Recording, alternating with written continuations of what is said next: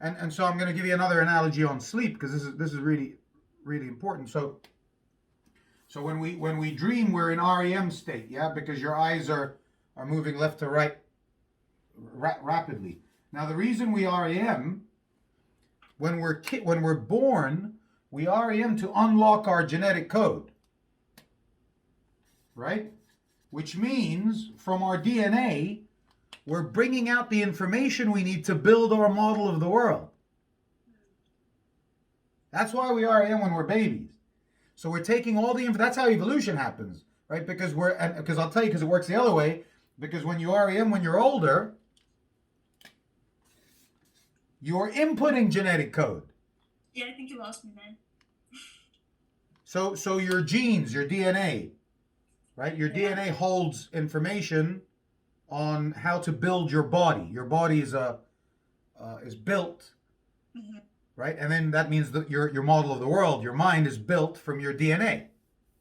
How do you know to go for your mom's nipple when you first see it? How do you know to look your mom in the eyes and smile?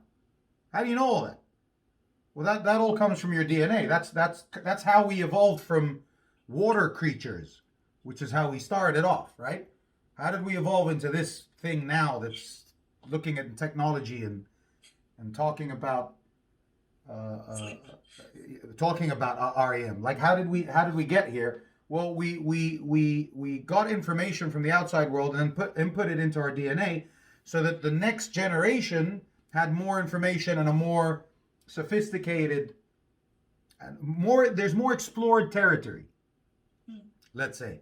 And so as a baby, you're unlocking this from your ancestors, because the DNA was given to you by your parents, who got it from their parents, who got it from their parents, who got it. And if you go all the way back, you get to the first humans. So we're all kind of the same. We've all got the same DNA. That's why we all evolve.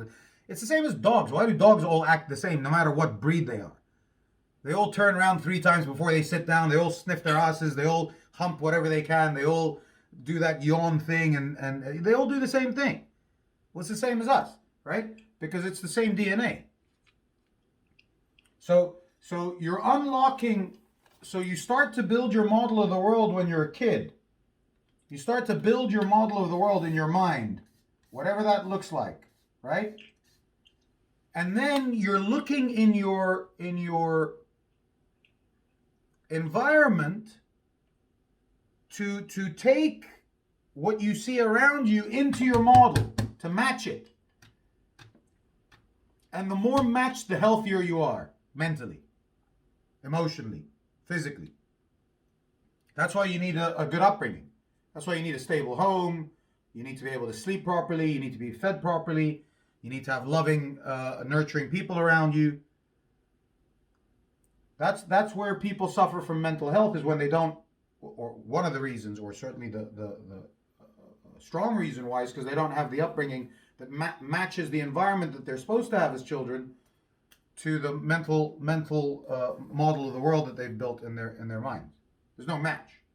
It's like, where's my mom? My mom, there's supposed to be a woman or a human smiling at me and feeding me. Where is she? But obviously we don't have the language for it at that age. But the model exists, right? So what then happens is, so that's why you sleep when you're younger. And then as you grow older, you have let's say you've got space in your mind, right, to bring in more information so that you can then put it back into your DNA, something like that, right? What happens during the day is you get an emotional arousal, right? Something happens where your emotions are raised and you don't really know how to deal with it. That happens from the unknown, right? So the unknown is usually a desire for something that you don't have, or a fear that something might happen that you don't know about, something like that. And so you get an emotional arousal.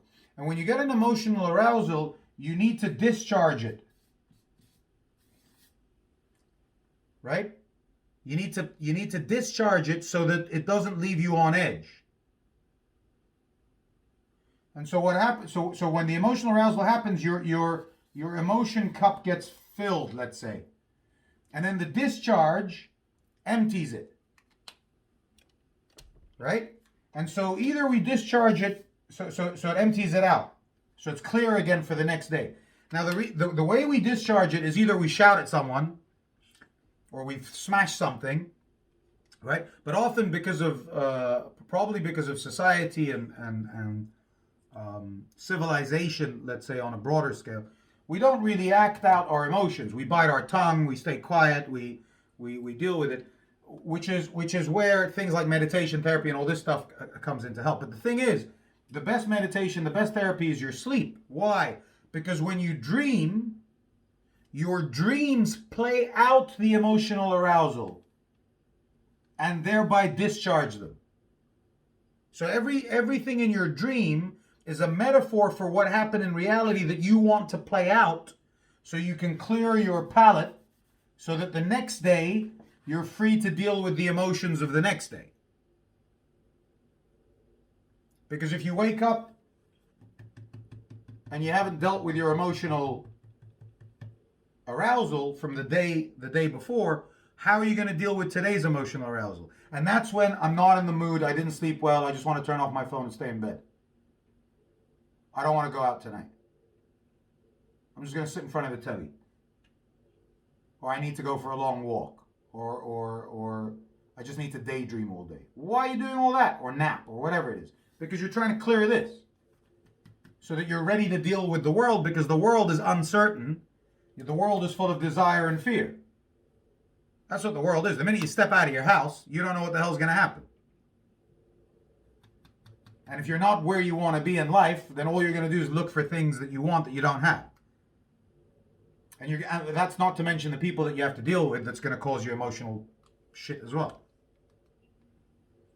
So that's why dreams are important. And to clear your dream, to clear that, you need 8 hours of sleep. Because that's your sleep cycle for REM. 7.5 to 8 hours is what you need to finish your dream cycle for the day. To clear. So anyone who says, oh, I can do 5 hours, and the bullshit. You got used to it. But you can't do it in a healthy way to sustain your mental health and your physical health. Not according to what we know. And then you get people telling me you should meditate for an hour a day. And the first question I always ask them is, how long do you sleep for? Oh, I do 6 hours a night. Yeah, that's why you need an hour meditation, motherfucker. I sleep 9 hours a day. I don't need an hour meditation. I'm meditating because what are you doing when you're meditating? You're seeing what comes into your consciousness, and you're not engaging with it. You're just seeing what happens and you're letting it. Well, that's exactly what dreaming is. The reason dreams are so powerful is you can't do anything about it. You have to watch it and let it play out, and you can't control it and you can't think about it. And they're all in metaphors. Why? Because our world is built in metaphors, which is why we talk in metaphors, which is why we say, I don't see the point, and weight off my shoulders. And it's like the waves on the ocean. We talk in metaphor because that's how our model's built. And that's why we dream in metaphor. And another reason you dream in metaphor, by the way, and you don't have the same things happening, is so that your brain doesn't get confused between reality and dream. So if there's an emotional arousal with Natty and me, and I want to discharge it, Natty might be in the dream, but it won't be as Natty with that same issue I had. It'll be a metaphor for it. Because otherwise I'm going to wake up and think, sometimes we still wake up and think the dream's real. Like, what the hell, did that really happen yesterday? Or was I dreaming that? Well, yeah, that's because it's so realistic. But actually, our brain can tell. The minute you've woken up fully, you know that it's a dream, because your brain can tell what's real and what's metaphor. Because there's a different part of your brain that deals with the dream. And that's the creative side. Whereas the logical side is the familiar, the organized. Again, I'm simplifying, but that's generally what it is. Logical left, right? And creative right. The creative right looks for the unknown and the unfamiliar. And the logical left looks for what I know. The familiar. Which is why it's logical. Which is why when someone's emotional, you want to bring them back to logic because you want to get them back to what do you know. Because if you're in an emotional state, you're in the creative, which is chaotic. Because creativity means to destroy. You can't create something unless you destroy it first. Right? You have an idea in your head, you destroy it, and then you put it back together in a new way. That's what art is. Art's not new. It's just a new way of putting things together. And that's chaotic, and that comes from emotion. That's why the strongest artists are emotional. That's why the best singers aren't the best voice, the best pitch. It's the best emotion. Same with acting. You connect with the emotion of the singer, not the. That's why we don't know 99% of the songs we listen to. We don't know what the lyrics are, let alone what they mean. But we've connected with the emotion of the delivery of the lyrics. That's what you're looking for. You're looking for that connection because it's an emotional thing. Because it's exploring the unknown. You're exploring the unknown through music, and through art, and through creativity. Not the known. No one wants to be stuck in the known. They only go back to the known when it's too overwhelming in the unknown. It's your sanctuary. That's why we like going back home. You know that relief you get when you close your door and you lock the door and you're back home, that relief? That's what we're looking for because it's too overwhelming to be in the unknown. It's too chaotic. It takes up a lot of our energy because we don't know how to handle it. We don't know how to handle it. Interesting stuff, no?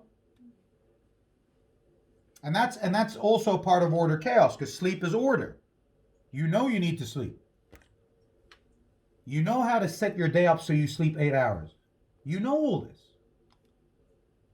Now if you don't do it, you're by definition not putting into order what you can.